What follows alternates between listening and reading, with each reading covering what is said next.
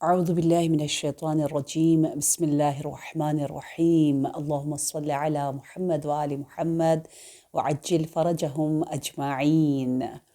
ہم سب کی آرزو اور تمنا یہ ہے کہ ہم اپنی اس مختصر سی زندگی کو اس انداز سے گزار لیں جس انداز سے ایک سچا منتظر، سچا محب اہل بیت گزارتا ہے، اور ہم سب یہ خواہش رکھتے ہیں کہ کاش ہم اپنے زمانے کے امام سے مل سکیں۔ اس غیبت کبریٰ کے دور میں ہر ایک کی تمنا یہ ہے کہ کاش یہ پردہ ذرا سا ہٹ جائے اور ایک جھلک اپنے آقا، اپنے مولا کی ہم دیکھ لیں۔ تو آئیے اس حدیث پر ذرا غور و فکر کرتے ہیں جو حدیث ہمیں یوں بتا رہی ہے کہ ہر ذرہ، ہر موجود، اللہ کے علاوہ تمام مخلوقات جو ہے وہ در حقیقت ان کا وجود امام، اس زمانے کے امام، اس زمانے کے معصوم کی وجہ سے ممکن ہوتا ہے۔ تو اس دور میں بھی اگر امام پردہ غیبت میں ہے تو سب فائدہ تو لے رہے، لیکن بات یہاں ہے کہ آپ کو اللہ نے یہ طاقت دے رکھی ہے کہ آپ ان بادلوں کے پیچھے جا سکتے ہیں۔ جیسے موسم اگر بہت ہی زیادہ کلاؤڈی ہے، بادل بہت زیادہ ہے، اور آپ چاہتے ہیں سورج تک پہنچے اور آپ کو سنی ڈے چاہیے، تو کچھ راستے ہیں نا۔ نمبر 1 یہ کہ آپ اڑیں، آپ کی اڑان، آپ کی پرواز آپ اس طرح سے فلائی کریں کہ آپ بادلوں کے اوپر چلے جائیں، آپ کو سورج نظر آئے گا۔ یا آپ ہجرت کریں، ایسے جگہ چلے جائیں، حرکت کریں، موو کریں، اس جگہ سے دوسرے کنٹری یا دوسرے سٹی جائیں گے تو آپ کو نظر آ جائے گا۔ بالکل یہی عالم پرواز کا، ہجرت کا، حرکت کا، سلوک کا ہمارے اس روحانی وجود میں ہے کہ اگر ہم حرکت کریں، اگر ہم چاہیں ان گناہ اور غفلت کے بادلوں کو ہٹا دیں، تو یقیناً آپ کو طلوع شمس امامت عجل اللہ تعالی فرجہ الشریف کی جو صحیح زیارت ہے وہ آپ کے قلب پر وہ طلوع کرے گا اور آپ اس کو احساس کر سکیں گے۔ دیکھیں، اس کے لیے عام طور پر ہمیں زیادہ تر شاید یہ بتایا جاتا ہے کہ ہم کچھ اعمال کر لیں، کچھ اعمال کر لیں۔ جس طرح آیت اللہ سیستانی کے والد بزرگوار کے بارے میں یہ مشہور واقعہ ہے نا کہ سید محمد باقر سیستانی نے بھی 40 دن کچھ عمل کیا تاکہ امام کی زیارت نصیب ہو، تو امام نے جواب میں کیا دیا تھا ہم سب جانتے ہیں، یہ مشہور واقعہ۔ امام نے کہا کہ آؤ، امام کی ایک جھلک انہیں نظر آئی، پتہ چلا امام کہیں جا رہے ہیں، اور دیکھا ایک گھر میں گئے، اور اس گھر میں پتہ چلا کہ پشت پردہ بہت سی خواتین بیٹھی ہیں، اور امام کی جب زیارت سید محمد باقر سیستانی کو حاصل ہوتی ہے تو امام نے فرمایا کہ تم اپنے اعمال کو، اپنے کردار کو اس حد تک پہنچا دو اس خاتون کی طرح جس کے گھر میں آیا ہوں، تو میں خود آؤں گا۔ اور اتنا، یعنی صرف یہ نہ سوچو کہ میں کیا کروں کہ امام سے ملاقات ہو، وہ بھی اب اعمال ہی ہیں، وہ بھی ہونا چاہیے۔ تو جب پوچھا گیا اس خاتون نے کیا کیا تو جواب دیا کہ جن دنوں میں پورے ملک میں یہ قانون تھا کہ جو خاتون گھر سے نکلتی اس کی چادر کو، اس کے اسکارف کو اتار دیا جاتا تھا۔ گھر سے نکلنا یعنی بے پردگی، گھر سے نکلنا یعنی بے حیائی، گھر سے نکلنا یعنی چادر حضرت زینب سلام اللہ علیہا کو قربان کرنا۔ تو وہاں اس خاتون نے یہ پکا فیصلہ کر لیا کہ میں اپنی حیا اور عفت اور ماڈسٹی اور چادر زہرا سلام اللہ علیہا کی حفاظت کے لیے گھر سے نہیں نکلوں گی۔ 7 سال گزر گئے، 7 ایئرز تک یہ خاتون گھر میں بیٹھی رہی، صرف اس نیت کے ساتھ کہ یہ حجاب مجھ سے کوئی چھین نہ لے۔ دیکھیں اس میں کتنا بڑا درس ہے۔ اس خلوص کے ساتھ اس خاتون کے اس عمل کی وجہ سے اس میں اتنی خوشبو تھی کہ وقت کے امام خود چلتے ہوئے اس گھر کا رخ فرما رہے ہیں. ہم خواتین کے لیے اس میں بہت پیارا، بہت ہی اچھا درس ہے. اور دوسری چیز جو امام بہت زیادہ دیکھ رہے ہوتے ہیں ہمارے اعمال اور کردار میں، وہ خلوص ہے، وہ آنیسٹی ہے، وہ صداقت ہے. یہ واقعہ آپ دیکھیں نا کتنا پیارا ہے. امام ہمیں کتنا چاہتے ہیں کہ سید عبد الکریم کفاش ہم کہتے ہیں، موچی جو جوتوں کو، شوز کو ریپیئر کرتا ہے، شوز کو ٹھیک کرتا ہے، سیتا ہے. آپ کے شوز اگر پھٹ جائیں، آپ جس کے پاس جاتے ہیں اور وہ آپ کے جوتوں کو ٹھیک کرے، اسے موچی کہا جاتا ہے، یا فارسی میں کفاش کہا جاتا ہے. تو یہ ایک بہت ہی نیک انسان تھا. امام اس سے ملنے آیا کرتے تھے. تو ایک مرتبہ امام تشریف لائے اور امام نے احوال پرسی کی اور پھر کہا کہ عبد الکریم میرے جوتے پھٹے ہوئے ہیں. تو عبد الکریم نے جواب دیا کہ آقا مولا آپ ہی کا حکم ہے کہ جو وعدہ کرو وہ پورا کرو. تو ابھی میں نے کسی سے وعدہ کیا ہے کہ اس کے جوتے کو ابھی سی کے تیار رکھوں گا، وہ تھوڑی دیر میں لینے آنے والا ہے. تو میں اپنے وعدے سے نہیں پھر سکتا، میں اس کا جوتا سی رہا ہوں. تو امام نے دوبارہ فرمایا عبد الکریم میرا جوتا سی دو. تو کہا مولا میں نے آپ کو بتایا ہے نا پہلے میں اس کا سی دوں. تو امام نے جب پھر کہنا چاہا تو عبد الکریم نے کہا اگر آپ حکم دیں گے تو آپ کی اطاعت واجب ہے، اگر آپ حکم نہیں دے رہے ہیں تو پھر مجھے جوتا سینے دے. اور کچھ میں یوں لکھا ہے کہ عبد الکریم نے اپنے آپ کو امام کے سینے سے لگا دیا اور امام کو گلے لگا کر کہا کہ مولا اگر ایک بار پھر آپ نے کہا میرا جوتا سی دو تو مذاقاً آپ نے فرمایا کہ میں پھر زور زور سے چیخ چیخ کے سب کو بتاؤں گا کہ اے لوگوں تم لوگ جس آقا اور مولا کی تلاش میں تڑپ رہے ہو جس سے ملنے کے لیے، وہ ادھر ہے، وہ اپنا جوتا لے کر میرے پاس آیا ہے. اور مسکرانے لگا. تو امام نے مسکرا کر جواب دیا اور فرمایا کہ میں تمہارا یہی امتحان، تمہارا ٹیسٹ کرنا چاہ رہا تھا کہ تم اپنے وعدے کے کتنے پابند ہو. کیونکہ تم وعدے کے پابند ہو اس لیے میں تمہارے پاس آتا ہوں، کیونکہ تم سچے ہو اس لیے میں تمہارے پاس آتا ہوں. کتنی یہ پیاری صفات ہیں جو امام کو اتنی محبوب ہے کہ ہم پوری اپنی زندگی میں سچے سچے سچے رہیں. اور ویسے عشق امام اس حد تک ہے. آپ دیکھیں نا، ہم اپنے آپ سے سوال کرتے ہیں نا کہ مولا تو ہمیں اتنا یاد کرتے ہیں، ہمیں اتنا ہم سے پیار کرتے ہیں، ہم کتنا پیار اپنے آقا اور مولا سے کرتے ہیں. حدیث میں ہے دیکھیں اپنا رشتہ اور زیادہ مضبوط کر اپنے اس آقا کے ساتھ جو فرماتے ہیں. یہ حدیث آپ سب خدا را یاد کر لیں، لکھ لیں، اپنے دل میں انگریو کر لیں کہ مولا کا یہ فرمان ہے انا غیر محملین لمراعاتکم ولا ناسین لذکرکم، کہ ہم تم سے غافل رہیں. یہ کیسے ہو سکتا ہے؟ ناممکن ہے. ہم تمہاری یاد بھی نہ ہو، تمہارے لیے دعا نہ کریں، امپاسبل. ہم ہمیشہ تمہاری یاد میں ہیں، ہم ہمیشہ تمہارے حالات سے باخبر ہیں. یہ پیار بھرے جملے اور یہ بہت پیارے پیارے جملے ہمیں آئمہ سے بار بار ملتے ہیں کہ امام نے یوں بھی حدیث میں بتایا گیا نا. امام کون ہے؟ امام ایک مہربان باپ کی طرح ہے، امام ایک جڑواں بھائی کی طرح ہے، امام ایک بہت ہی مہربان، ہم کہتے ہیں رفیق انیس، جو آپ سے بڑا آپ کا جگری دوست ہوتا ہے.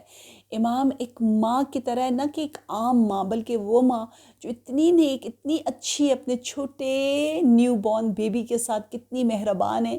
بالکل جو چھوٹے بچوں کے ساتھ جو پیار ماں دکھاتی اس سے زیادہ زمانے کے امام اپنے چاہنے والوں سے پیار دکھاتے ہیں. اور اس کا مشہور واقعہ رمیلہ والا واقعہ ہے کہ مسجد کوفہ ہے، امام علی علیہ السلام کی حکومت کے ایام ہے، اس لیے آپ کو خطبہ نماز جمعہ دینے کا موقع مل رہا ہے.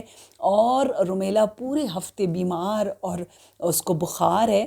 جمعے کے دن امام کی نماز میں شرکت کرنے جب مسجد آتا ہے تو خطبے کے دوران اس کی طبیعت اور خراب ہوتی. جب نماز ختم ہو گئی تو امام نے پوچھا، کہا رمیلہ میں احساس کر رہا تھا جب تمہیں درد ہو رہا تھا مجھے درد ہو رہا تھا اور تمہیں بخار کا تمہارا دوبارہ سے تیز ہونے لگ گیا تھا.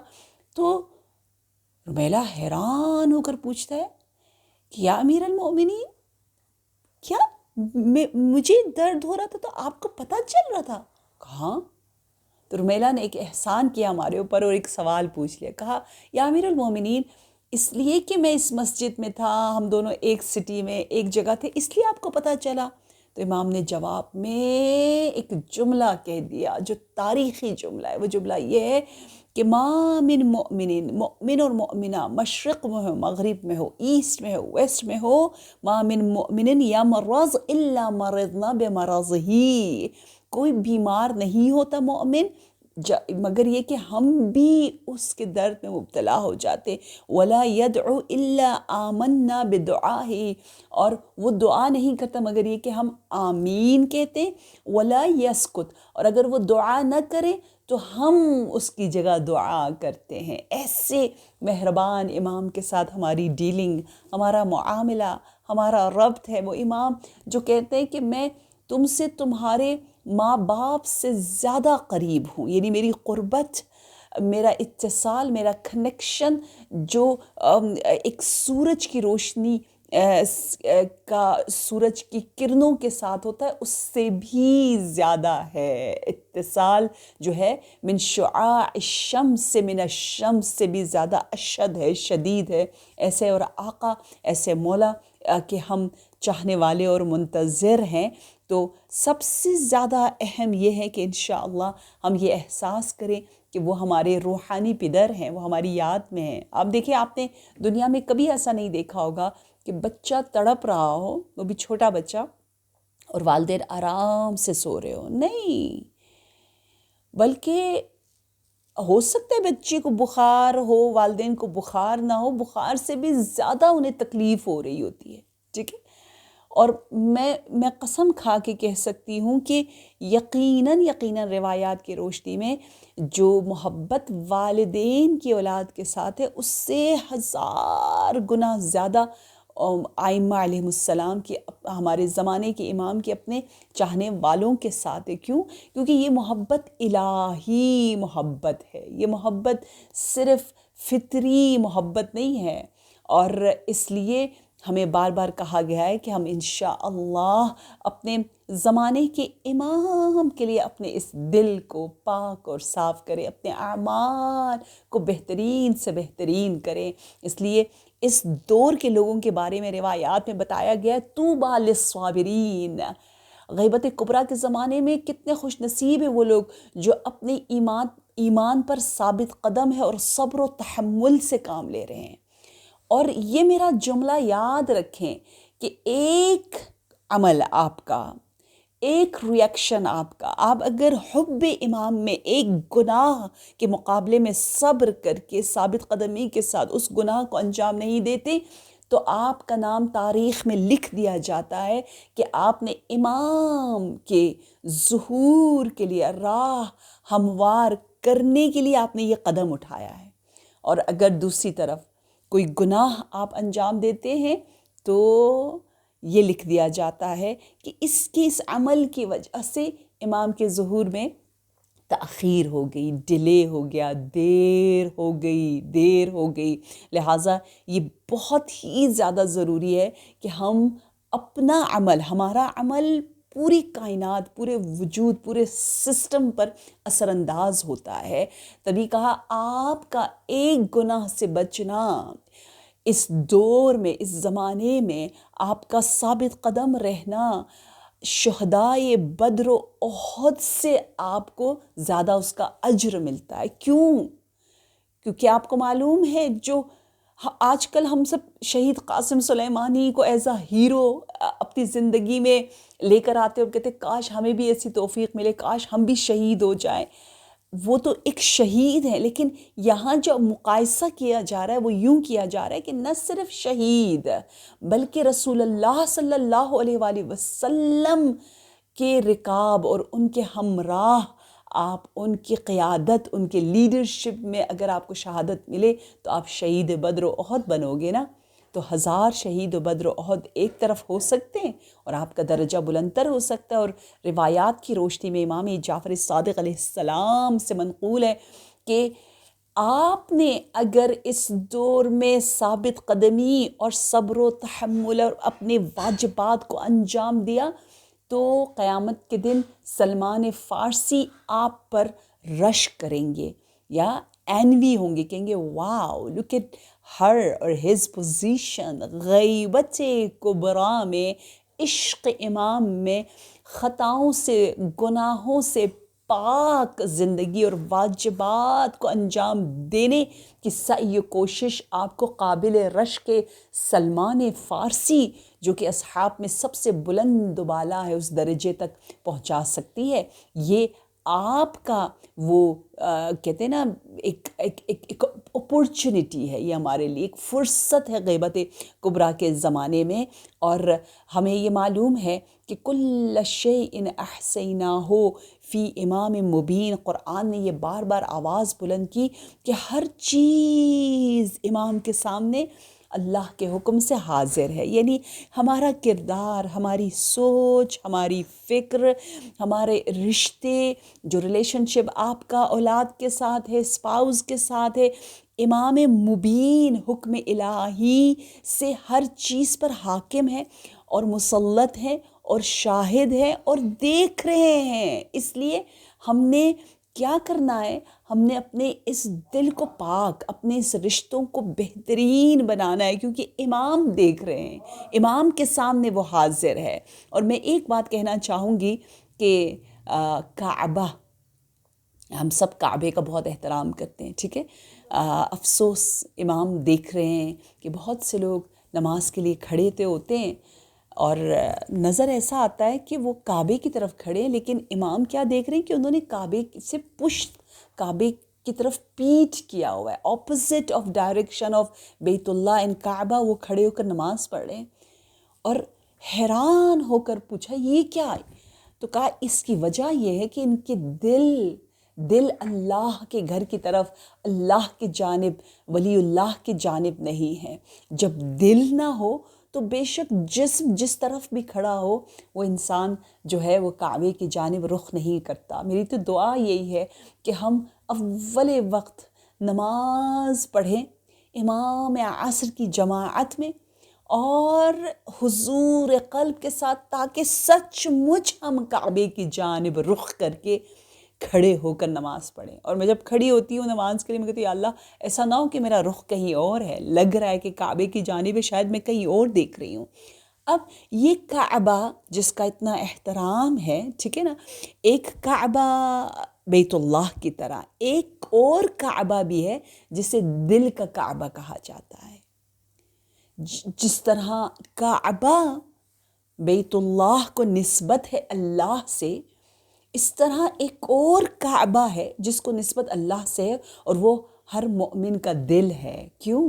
کیونکہ اللہ نے یوں کہا کہ زمین اپنی وسعت کے باوجود میری عظمت، میری بلندی کو دیکھتے ہوئے کہا اس میں اتنی گنجائش نہیں ہے۔ آسمان، فرشتے، ملکوت، کسی میں اتنی گنجائش نہیں کہ وہ مجھے سمو سکے، لیکن وَلَٰكِنْ يَسَعْنِي قَلْبُ عَبْدِ الْمُؤْمِنِ، لیکن مومن کا دل اتنا وسیع ہے کہ جہاں میری گنجائش ہے، جہاں میں بس سکتا ہوں، میرے لیے جگہ وہاں موجود ہے۔ اب آپ بتائیے کہ وہ دل کتنا محترم ہے جہاں اللہ نے یوں فرمایا کہ میں وہاں آباد ہوں۔ القلب حرم اللہ، اللہ کا گھر بیت اللہ، کعبہ جو ہے وہ مومن کا دل ہے۔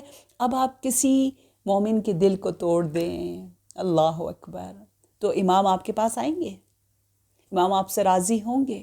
یہی ہے، کتنی بڑی بات ہے، کتنی بڑی بات ہے، کتنا بڑا درس ہے ہمارے لیے کہ ہم اگر کسی کا دل نہ توڑیں تو پھر یقیناً امام ہم سے راضی ہیں۔ ہم 1000 بار مکہ چلے جائیں، زیارت کرتے جائیں اور اتنے سارے دلوں کو توڑتے جائیں جو اس کعبے سے بالا تر ہے، مومن کا احترام کعبے سے زیادہ ہے، ہم سب جانتے ہیں، تو پھر مولا جو بیت اللہ سے آ کر آواز دیں گے انا بقیت اللہ، جو آ کر ان آیات کی تلاوت فرمائیں گے کہ جاء الحق زہق الباطل ان الباطل کان زہوقا، حق تو آتا رہا، نبی آتے رہے، آل نبی آتے رہے، لیکن زہق الباطل ابھی تک نہ ہوا تھا، باطل نیز تو نابود نہ ہوا تھا، میں آیا ہوں باطل کو ختم کرنے کے لیے۔ اور آپ کے پرچم پر لکھا ہوا ہوگا البیعۃ للہ، دیٹس اٹ. ہم سب اللہ کے بندے ہیں، اللہ کو راضی کرو، میں اللہ کا پیغام لے کر آیا ہوں. کاش ہم سورہ توحید کو بار بار پڑھیں، اس کی تلاوت کریں اور اس کے عمق اور گہرائی میں جانا چاہیں اور اللہ کے لیے زندگی گزاریں، تو یقیناً امام عصر عجل اللہ تعالی فرجہ الشریف ہم سے راضی ہوں گے. ایک جملہ بہت پیارا ہے کہ جب عالم احتضار ہوگا، ہم اس دنیا سے جا رہے ہوں گے، اور اگر ہمیں یہ دکھایا جائے کہ جتنے بھی لوگ ہیں اس دنیا میں سب آپ سے راضی ہیں، سب کے دلوں میں آپ کے لیے ایک مقام ہے، ایک احترام ہے، تو آپ کتنے سعادت مند ہو کر اس دنیا سے چلے جاؤ گے. لیکن اگر مرنے سے پہلے جب پردے ہٹیں گے، ہمیں یہ دکھایا جائے کہ آپ نے اتنے دلوں کو توڑا ہے اور آپ کو کوئی دل و جان سے چاہتا نہیں ہے، آپ سے صرف ظاہراً ڈرتے تھے، تو وہ شخص کتنا بدبخت ہوگا. لہٰذا انشاءاللہ ان رشتوں کو اور اپنے واجبات اور ڈیوٹیز کو انجام دیتے ہوئے ہم اپنے زمانے کے امام سے عشق اور محبت کریں، کیونکہ عشق امامت کے ساتھ یعنی کمالات کے ساتھ عشق، جمال الہی سے محبت، فضائل سے محبت. اسی دعا کے ساتھ کہ پروردگارا خداوندا ہم اپنے اعمال کے ذریعے اپنے امام کے دل کو مسرور، امام کے دل کو راضی کر سکیں. آپ سب سے التماس دعا ہے. والسلام علیکم ورحمۃ اللہ وبرکاتہ.